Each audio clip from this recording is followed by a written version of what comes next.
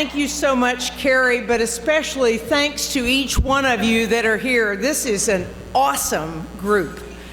And I'm just thrilled that the Chamber again has offered the opportunity to share with you what your sheriff's office is doing here in Bexar County. You know, and I think one of the most critical parts of what I'd call the transformation is that for so long, there were a lot of people who thought that what they did was just in a silo. But as I look across this room, there's not one table in this room where there isn't a person or one who represents an agency, an organization that doesn't have some connection, and I'm not talking about a warrant, but that doesn't have some connection to what the Bexar County Sheriff's Office does and are partners with us. And so each one of you is so important to what we do and share in the successes of public safety and keeping all of our community safe. And I believe it's so important for elected officials to share with the public key issues that affect you. After all, we do work for you, and you should expect us as your elected officials to report what we're doing and to be good stewards of your taxpayer dollars, and we can never forget that. So today, I'm going to cover some highlights and hopefully have some time at the end to answer some questions. Each one of you will find at your place a copy of our 2014 annual report. This is our second year to issue a formal report to the citizens of Bexar County. And it's our opportunity to share information about the Sheriff's Office, a financial counting of your taxpayer dollars, an objective look at what we've done over the past year, and a glimpse into the future. So please take time to read it after lunch. Learn more about the people of the Sheriff's Office and the services we provide to each one of you, and I hope you share it with your colleagues, your friends, and your neighbors. First off, I want to tell you we have great people in the Sheriff's Office. And I'm tickled to death today because there are several sponsors who bought tables and said, we want you to fill these tables with people from the Sheriff's Office. So before I go any farther, I'd like everybody who is part of the Sheriff's Office to please stand.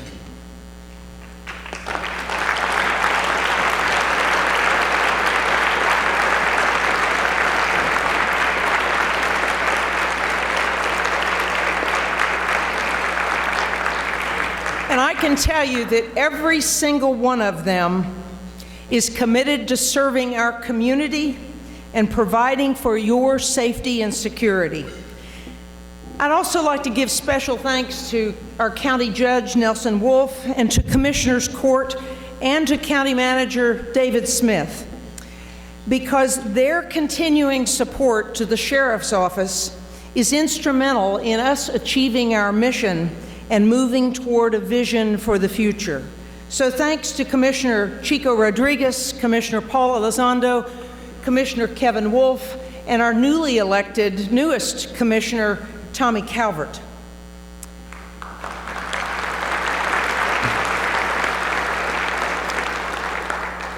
So with recommendations from the County Manager's Office, the Bexar County Commissioner's Court approved additional funding this year, increasing our budget from 2014 from $118 million to 2015, $135 million.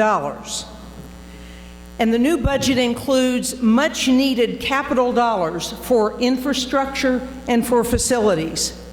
And we've made unprecedented progress in transforming the Sheriff's Office in the last 2 years because of that close partnership with the Bexar County Commissioner's Court and the County Manager working together with us to ensure our needs, rather your public safety needs, are identified and met. After all, whether federal, state, or local, the number one responsibility of government is to assure the safety and security of our citizens. And our partnerships with law enforcement across this community and the criminal justice system, we couldn't do that alone.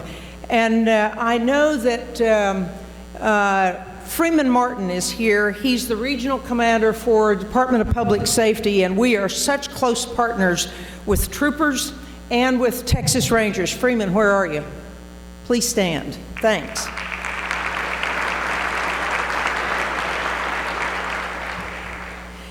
And nearly 40% of all the employees for the county work for the sheriff's office. In fact, about 40% of the county's operational budget comes to the sheriff's office, either direct or indirect.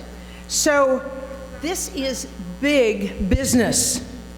And as the 11th largest sheriff's office in the nation and a $135 million budget, it is big business, and it requires leadership at every level to make sure that we focus on sound business practices. And in our first year, we developed a long-term strategy and began prioritizing our resources. We made sure basics were in place. Efforts since then have focused on improving technology, process improvement, workforce management, and facilities. So when it comes to technology, the Bexar County Sheriff's Office operates the way it did 30 years ago. But very soon, that will be changing. Today, when a deputy files an incident report, it's produced on email or a Word document. And although we've introduced several fillable forms, it's still without a benefit of that data going into a relational database. Today's available technology allows officers to enter data and then it be immediately accessible. And by comparison, the San Antonio Police Department, you can get an incident report from them pretty much the day after the incident occurs. For the sheriff's office, today, it may take up to 2 weeks. The good news is a modern records management system with automated field reporting and case management was at the top of our priority list from day one, and we've completed the requirements process for a state-of-the-industry records management system, and we have selected a vendor and anticipate that we will have a signed contract this spring. And while this is clearly a technology issue that will ensure better operational capability for patrol officers and our investigators, it's a safety issue. And for our officers, but also you as Bexar County citizens. It'll be regional, multi-jurisdictional, multi-agency, and capable of supporting separate and distinct law enforcement agencies, even constables and police departments of other municipalities in Bexar County if they want to get on board. So in addition, we're also making essential updates to the automated fingerprint identification systems, and this will allow us to more accurately identify suspected criminals, but also introduce new technology not seen before in this region. So these capital and technology improvements will go a long way to providing the kinds of services we need and which you should expect as a Bexar County resident. So in terms of workforce management, the most immediate need we addressed was at the very beginning, and that was managing staffing levels at the jail. So 2 years ago, there were 52 vacancies, and the jail, in January of 2013, officers were working a crushing number of overtime hours. And the jail is the 16th largest facility of its kind in the nation and the 3rd largest in Texas. So adequate staffing is critical to our operational needs. So to remedy the situation, we aggressively recruited candidates, including a targeted recruitment for women in July. We are still running concurrent classes throughout the year and have focused training on the critical requirements for professional detention officers. And these are practices that work, and we continue to this day with a focus on continual improvement. By December 2013, mandatory overtime had been reduced by 80%. From almost 16,000 hours a week to just 3,000 hours. But despite those actions, the inmate population again surged in 2014 due to increased felony arrests and also the effect of the Michael Morton Act, while staffing remained the same. More than 63,000 offenders were booked into the Bexar County Jail in 2014, and our average daily population was around 4,000. So once again, we were faced with vacant staff positions in the jail, and we needed to take further action. So working closely with Commissioner's Court and the County Manager's Office, we were able to address some of these needs. And Commissioner's Court approved in this year's budget a cost of living raise of at least 3% for all Sheriff's Office employees and other county employees, which helps with retention. We also received funding for 26 additional law enforcement officers, primarily in patrol, to address the growth in our county and outside the city limits. 49 detention officers, including 4 lieutenants and 3 sergeants, and 11 civilian positions for jail operations and technology upgrades. But there's more to workplace development than just filling vacancies and reducing overtime requirements. And the bottom line is this: we must take care of the people who do the job day in and day out, because they put their lives on the line every day when they come to work. And what our prayer is that they will go home at the end of the day to their families and come back another day. So understanding professional development, career transition within the agency, and attrition factors are all critical to planning for the future. And to that end, we're working with the County Manager's Office to finalize a request for proposal to address pipeline management issues, from recruiting, training requirements, career paths, retention issues. And the study will enable us and the county to better plan for resource requirements all the way from recruitment to retirement. And nationally, those who serve in law enforcement and corrections have some of the highest suicide rates and stress-related illnesses. And for years, we've had spiritual programs, faith-based programs for our inmates, but nothing to address the needs of our officers. So this past year, with the assistance of Gary Higgs, he's a retired Air Force colonel and a military chaplain, we now provide faith-based support to our employees and their families in times of need, or just when they need to talk to somebody and get something off their chest. And we've got 8 to 10 volunteers who are all ordained and licensed clergy who support every division across the Sheriff's Office. Gary, where are you? Because I want Chaplain Gary Higgs to stand.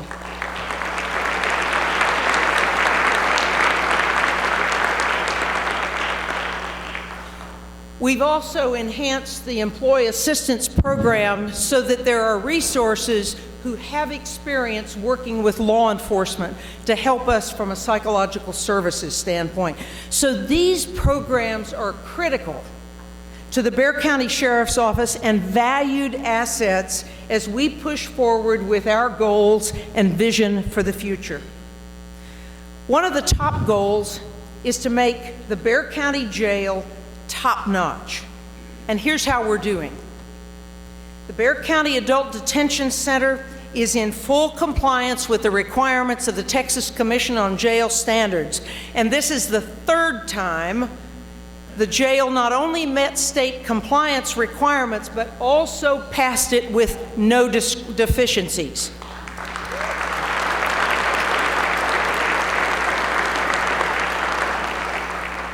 I was also very pleased because Brandon Wood, the executive director of the Texas Commission on Jail Standards, in his cover letter that he sent to us, it wasn't just "you passed."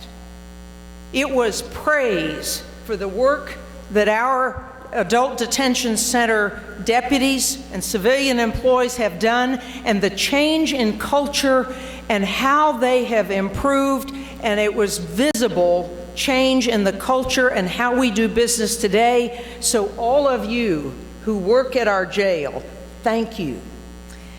Also, about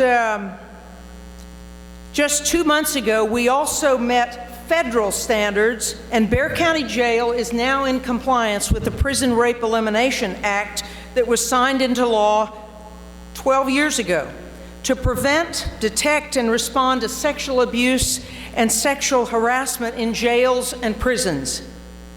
So in the state of Texas, there are only 3 jails that have met compliance, and we are the largest. And I want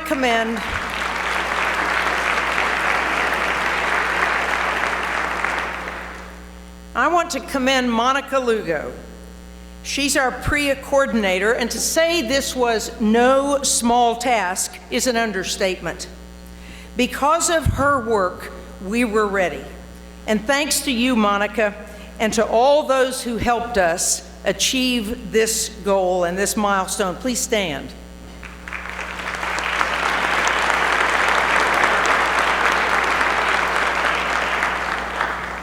We are not just satisfied with minimum standards, and our efforts to achieve national accreditation through the American Correctional Association are well underway.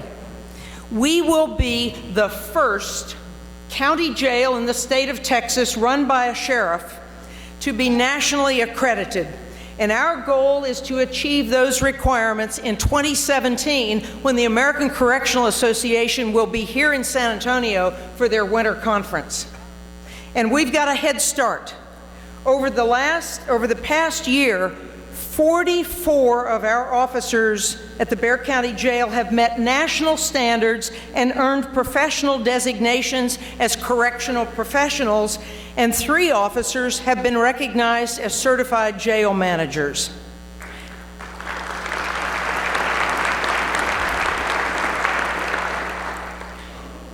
Our role keeping people in custody isn't just about locking them up.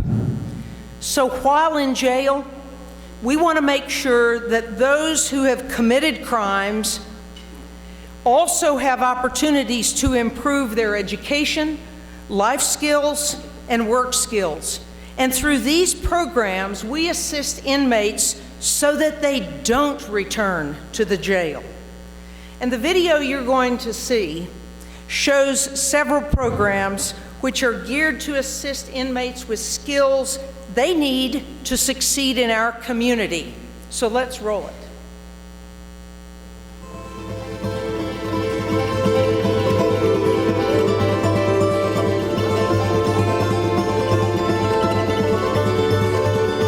The United States incarcerates more of its citizens compared to any other nation.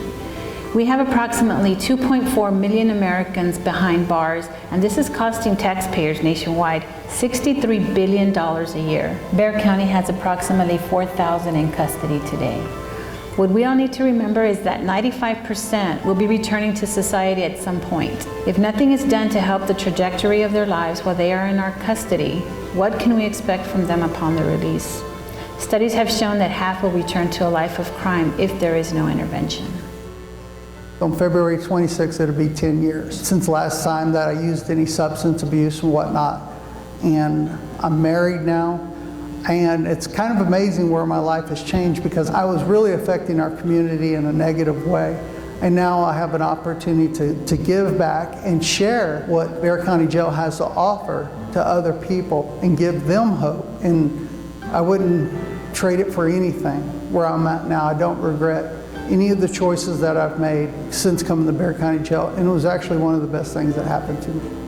The programs do affect the operations. It's been proven when you have an increase in programs in any jail, it also decreases the amount of violence and tension amongst the inmates, because you're keeping the inmates occupied, you're keeping them engaged, and they don't have a lot of idle time to misbehave. The Match Patch program is a parent-child contact visitation program. Match stands for mothers and their children, and Patch stands for papas and their children. If you are in the Match program, you're allowed to have a contact visit with your child. So you don't come see your child through a window. They come inside the jail and you get to hold your child and you get to talk to them. So that bond is always there. They know they can come here and see their mom and know that she's gonna be okay. Drugs brought me to jail. Of course, criminal behavior. I had a drug addiction, and therefore I did criminal activity that caused me to come in and out of jails for several years. It's been a long journey. I'm a licensed chemical dependency counselor intern. I graduated last year in May, and I'm actually helping women who have substance abuse problems. And I love to help other people who had the same struggles that I felt that nobody else understood. That's why I say everything that happened to me in my life, it wasn't in vain. The Jail Programs Department is committed to providing quality programming to men and women in our custody.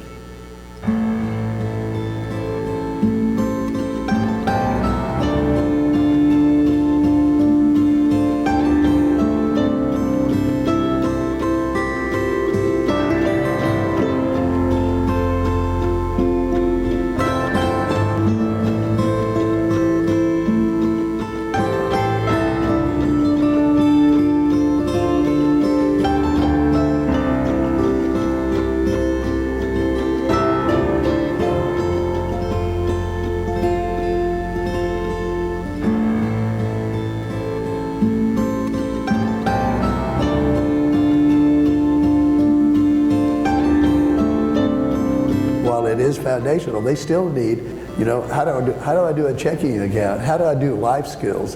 How do I do parenting? We're so naive on the outside what these people do not know. I just don't know how you'd exist that long and not knowing the basics of life, of how to survive.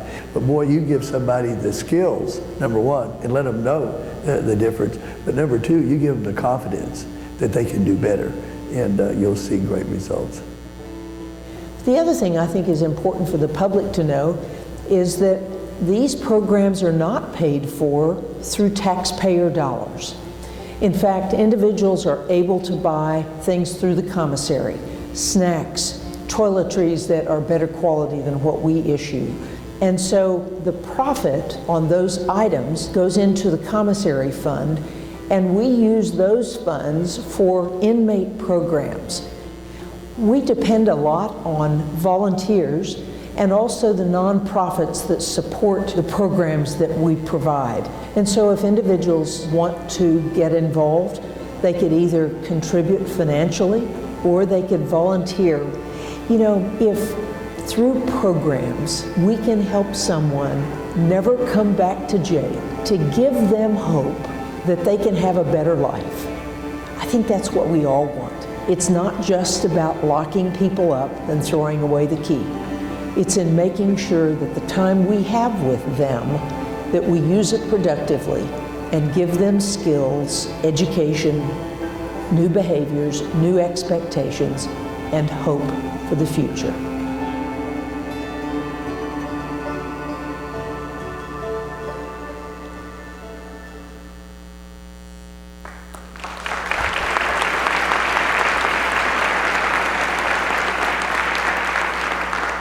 I'll probably miss somebody, but I'll tell you, our connections with Haven for Hope, Center for Healthcare Services, Family Violence Prevention Services, the Bexar County Family Justice Center, Mike Lazito and all the pretrial services folks who work so closely with us, judges across the board, if we didn't work together, we couldn't get things like this done. So they deserve your thanks as well.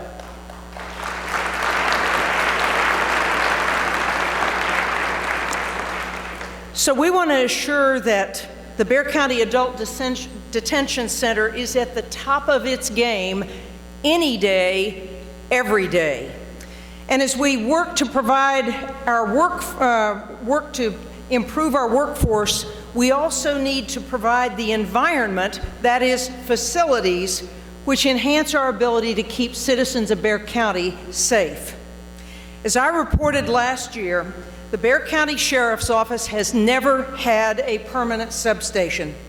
And over the years, patrol operations have been in a trailer at SeaWorld and leased space on the back end of Windsor Park Mall in a middle school, and now in what I call 4 temporary trailers on the far south side. So with 3 shifts every day, every patrol vehicle is driven between 70 and almost 300 miles every day just to reach their assigned patrol districts. So we spend almost $750,000 just getting to where our officers patrol, due to increased demands on fuel, tires, maintenance, replacement vehicles, and manpower. And the fiscal year 2015 budget includes more than $14 million to build Bexar County's very first permanent substations, one on the east side of the county and the other on the west side. So last year, I was overly optimistic by saying, I'm confident within the next 6 months we'll be breaking ground on our first substation. I recall seeing somebody's eyes roll back in their head. So my experience has tempered me a bit. However, we are on track for acquiring land for the east substation and very close to identifying the property for the west substation.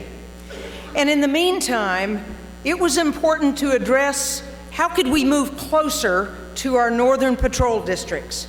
Just last month, we finalized the lease agreement on a building at University Oaks near Lock Hill, Selma, and 1604 as our interim north substation. Our street crimes works from this location now, and we will move our 4 northernmost patrol districts there as well. And the remaining 12 patrol districts will continue working from their current location for now. By moving our patrol closer to their operational districts, we project nearly a $300,000 savings annually. And this means less time on the road just getting to those districts, and even more time focused on the job. More importantly, this move will enable faster response to calls for service and potentially as much as a 20% reduction in current response time. That's huge.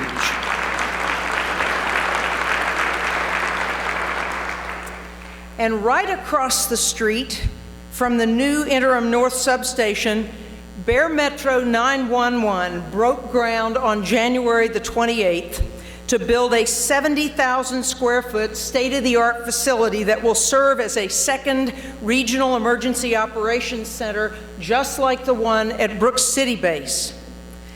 And our partnership with Bexar Metro 911 means that the Public Safety Communications Center and our radio services, our Sheriff's Office Dispatch Center, will be relocating here and is designated as the anchor tenant, just as the San Antonio Police Department's dispatch center is at the Emergency Operations Center at Brooks City Base. In these short minutes, I can tell you it's impossible to talk about all the great things that are happening in the sheriff's office. I could probably talk for another hour or more, or days. But before closing, I wanted to mention the successes we've had working with our county courts on misdemeanor warrants. We've worked closely with the county courts to clear misdemeanor warrants. And you think, you know, what's such a big deal about that?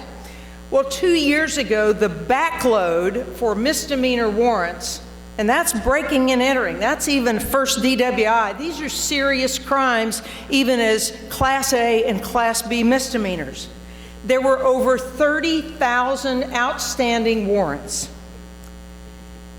And we've reduced that number by 40% to just under 18,000. That's a 40% reduction. And for newly issued warrants, they're about 250 a week, our success rate is clearing them well over 85%. But we're working,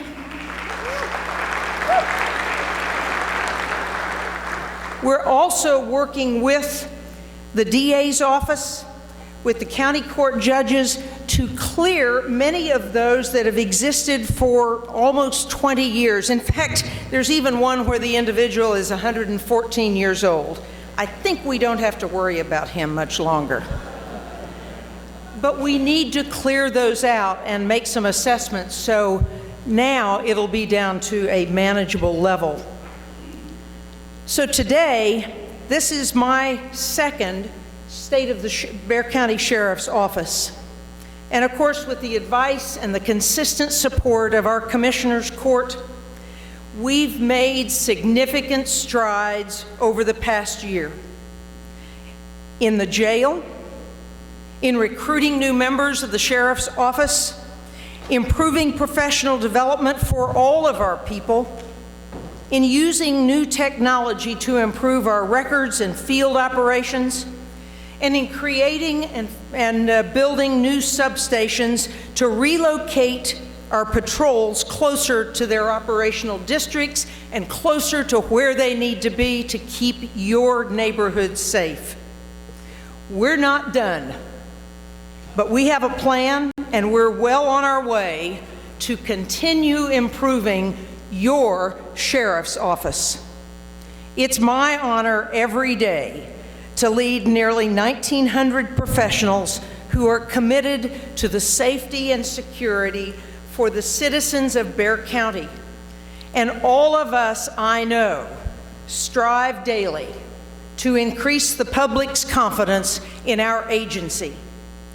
And so, and I really need to, I'd like to, for a special group to stand up, and those are all the chiefs, those, my senior leadership team. There's no way that I can do all this, and because they are so good and great leaders themselves, we're able to really move through the things we need to do, and I'd like you all to stand up, all the chiefs.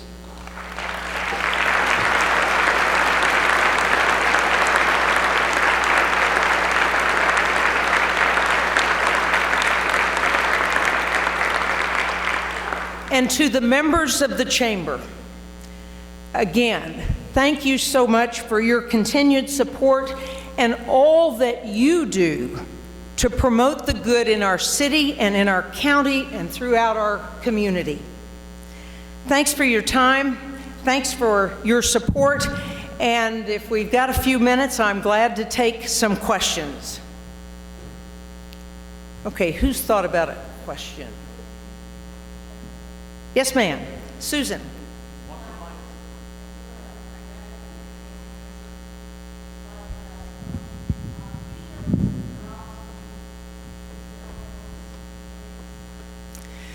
I'll tell you, it is not inconsequential that the #1 priority for the National Sheriff's Association, Major County Sheriff's Association, the Texas and Florida Sheriff's Association, and lots of other states, National Association for Counties, the Council of State Governments, is addressing and having adequate funding to deal with mental illness in the criminal justice system.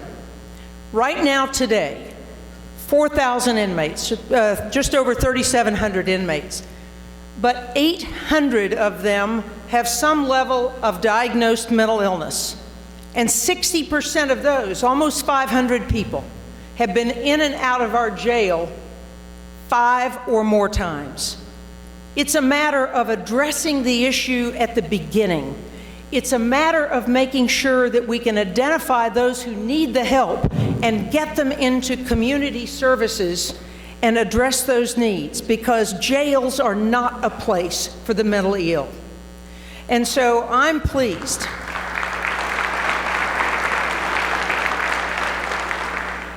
our partnership with the Center for Healthcare Services, with the Council of State Governments, but also our legislators in Austin who recognize this as a major need, and it's one of the primary issues that the House is looking at, as well as there was a bill passed late last year in the Congress, the Justice and Mental Health Collaboration Act, which will be looked at again to focus on it in even broader scope.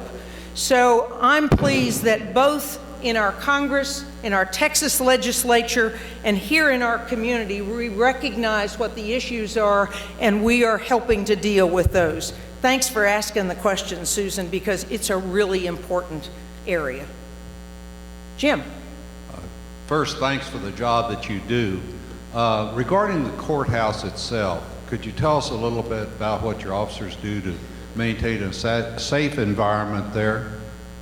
You know, there are 3 million people who go in and out of our courthouse complex every year.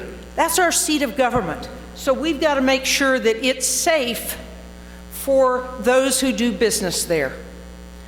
And a couple of things that we've done. Recently, Commissioner's Court has authorized us additional personnel to make sure that we have the right security for anyone coming in the door. In addition to that, we have funded our emergency response team, and I'm sure you've seen recently on the media where we are training those who work in the building, especially our district attorneys, investigators, because they carry weapons too, to make sure that we are prepared in case there was an active shooter incident. And in today's world, you don't know what's going to happen, but you better be prepared. And so we are fortunate to have great leadership in our court and judicial services, and looking at the physical security as well as access, and making sure that we're prepared if something does happen in a courtroom or coming into the courthouse complex. But it's really important to make sure that we keep people safe. Thanks so much. But any other questions? Yes, ma'am.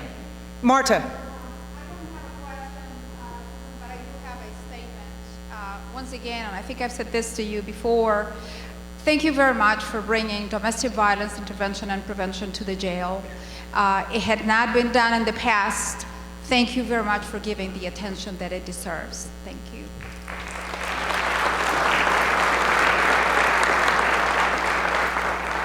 Just to that comment, you know, it's not just about identifying it, it's in our community, but so often the people are in jail are victims of family violence.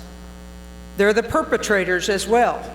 And so it's important to give the kind of training where they can understand what they can do to protect themselves or to change behavior.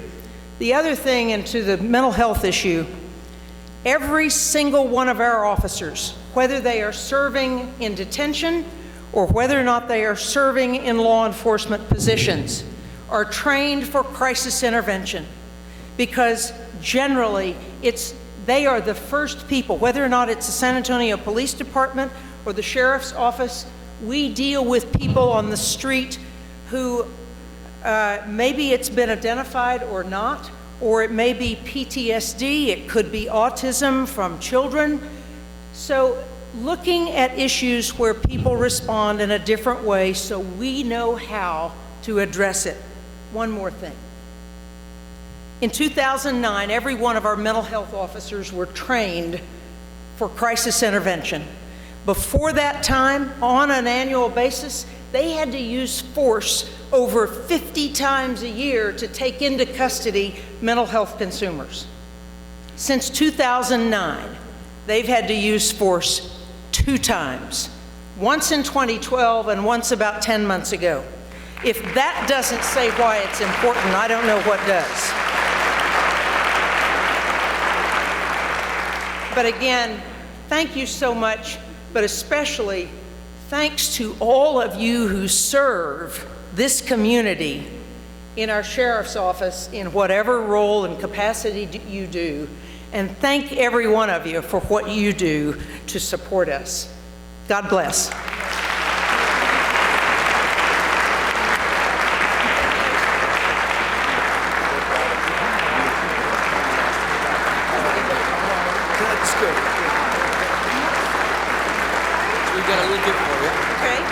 Sheriff, that is amazing.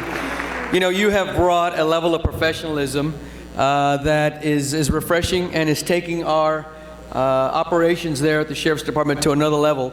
But you brought it in a way that is all about what San Antonio is about, and that is about having feeling and having heart. Because at the end of the day, these are people, and they've made mistakes, and we're trying to help them correct those mistakes. And you're giving them every single opportunity that we have to help them correct those mistakes. And they are correcting them, as you saw from the video, and that is to be commended. Let's have another round of applause. What an amazing job you and all of your team are doing. So we've got a little gift. This is a book that's historic lawmen from Texas. And so we're going to change that today to historic lawmen and lawwomen, because we know that you will be in that book one day in the future. You have set the bar, and we're truly proud of you. Congratulations to you.